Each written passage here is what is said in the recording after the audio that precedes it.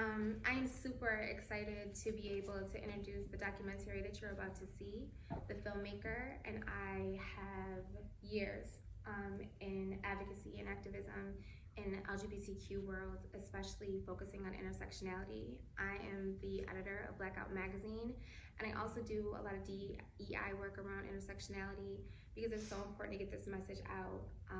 I can personally attest to all of the sleepless nights and planning that went into creating this documentary, which is so significant because it's one of the few of its kind that is trans-led, directed, filmed, and starring.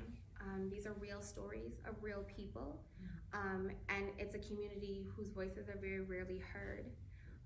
Brittan Hardgers is from New York State, but his reach has reached around the world as the person that started Next Generation Men in Transition, which is a resource, support, and advocacy group for Black and brown trans men. You tend to hear more about the plight of trans women, although not nearly enough, but very rarely do you see the voice of trans masculine men brought to the forefront, and definitely not brought to the big screen. So this collection is incredibly important because you get to hear from people, from their own words. It's uncut, it's raw, it's original, and it's my privilege to be able to introduce it to people all around the country to make sure that those voices don't just stay enclosed in New York State, but travel all around the world. And Florida, with the world that we are currently facing, I don't think that there's very many places that it's more important than to be heard than here. So I would like to bring up Brittan Hardgers so he can talk about the documentary himself. So I thank you for allowing me to be in this space. This is amazing. This is groundbreaking, and just a little bit about my background. I stand here proud for what I call to be DeSantis' world.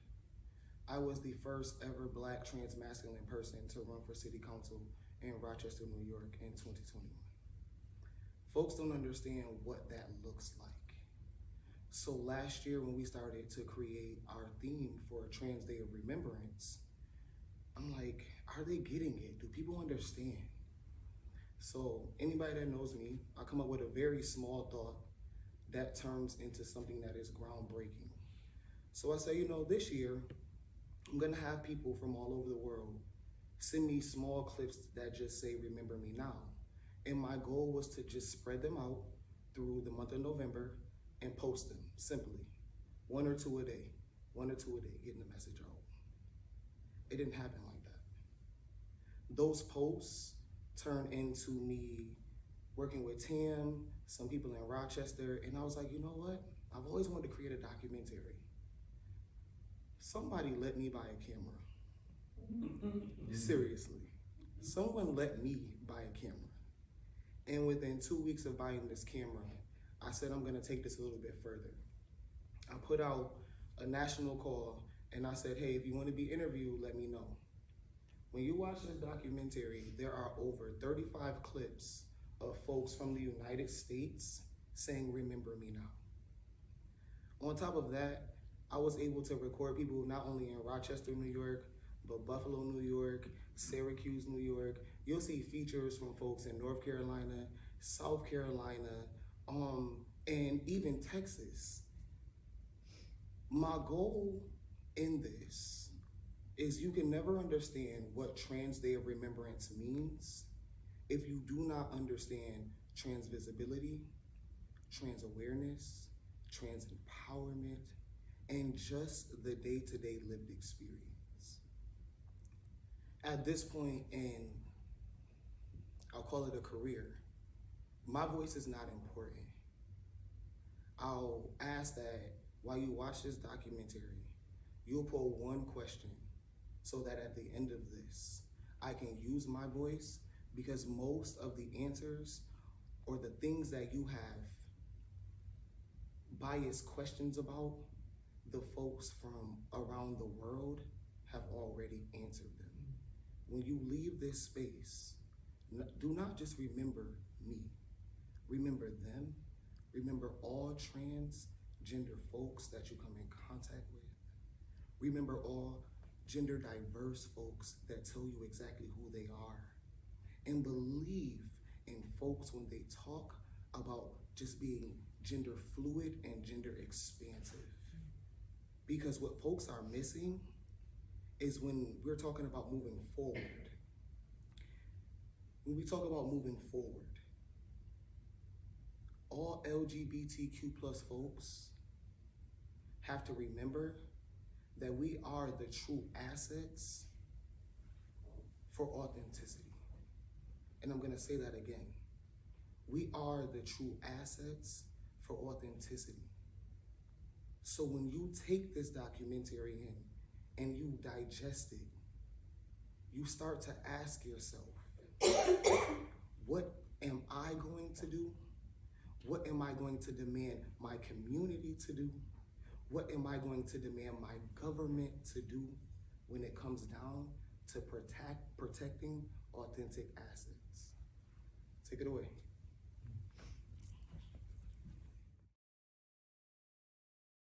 Before this all started, this documentary, every time I watch it, it brings me chills. It makes me laugh. It makes me cry as if I didn't make it myself. Before I go off on a tangent, in this space, like I said, I came up with this thought. This documentary was created in less than 90 days. When we talk about the voices in here, like just watching the Remember Me Now, it's like, shout out to California and Orlando and Houston and North Carolina and South Carolina and New York City and Buffalo and Syracuse. It was just so amazing. But the way that it happened, I would not have been able to do it if it were not for two very, very important people with me. That man, Zenith Amir, is sitting right here. He ran Corey's Park. Zenith traveled all around with me. If I wasn't recording, Zenith was recording. Every picture that you saw that was taken of someone that was interviewed, we did all of the recording. We took all of those pictures, just completely swapped out. So like, I am completely thankful for this man trusting me with his life and just going with me through the highways and byways to make this happen. And then y'all understand, like, one of my greatest friends, one of the best PR agents around, like Miss Timberly. I could not have done this without you, with all the hats that I wear. Like, the way that people drop it down, like, I love both of y'all. I appreciate both of y'all. And this would not have been possible if it wasn't for the two of y'all. Like, I love y'all both so much. So before we get... Thank you for allowing me to live in my life today. 5 years ago today, I was married. And here I am 5 years later. I am happily divorced, and y'all, my ex-wife is happily divorced too, so it ain't no problems.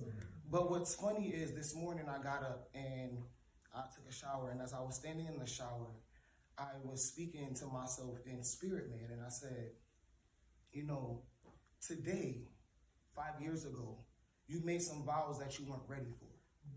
But I also made vows to myself, and I have been pushing towards them and reaching them for the last 5 years. So I today stand, not as a broken man, as a free man, literally like walking through life. No one knows what it feels like to be the first ever Black trans masculine person in 2021 to run for city council in a city in New York where you think we live in the land of the free. But to overcome everything that everyone said that I would not be. To open doors and uplift voices. If anybody knows, if y'all listen, y'all can talk forever. One thing that I did differently is I made sure that everyone who wanted to be a part of this had a voice, because I don't have to tell anybody. If I've been saying it over and over again and people ain't listening to me about trans folks, they done told you from their own lived experience. So to open doors that at one point in time I couldn't see, to trust my own authenticity, to build a family across the nation, to encourage Black and brown trans men that you are a man and that you are in power and that you are strong and that we still too can unite with other men to change the world. I'm all about it. This day forward, I don't care how busy you are. I don't care how much of it is not your business. I have two demands. I don't care when you ever see someone from this community, from any community at this point, being attacked, say something. And the next time you see any trans person being abused on social media, I'm asking that you do not share it if you ain't reaching out and trying to figure out how to help. Because at this point, we're talking about the safety of people, like Deanna said, who are just trying to walk their dogs, who are just trying to wash their clothes, who are just trying to go to the grocery store.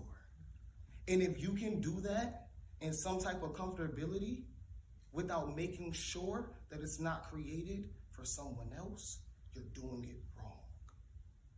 So I demand at this point that Black, brown, indigenous, white, purple, green, yellow, rainbow, whatever color, that our youth are protected. Brought this to us, Tamlee brought this to us, and you drove 18 hours from New York to be here with us, you and Z, and yeah, and I have enjoyed meeting you both. The Resource Center is in a privileged position, and we want to give you this honorarium. Thank you very much. For helping with your expenses, helping with your future. I want to know what your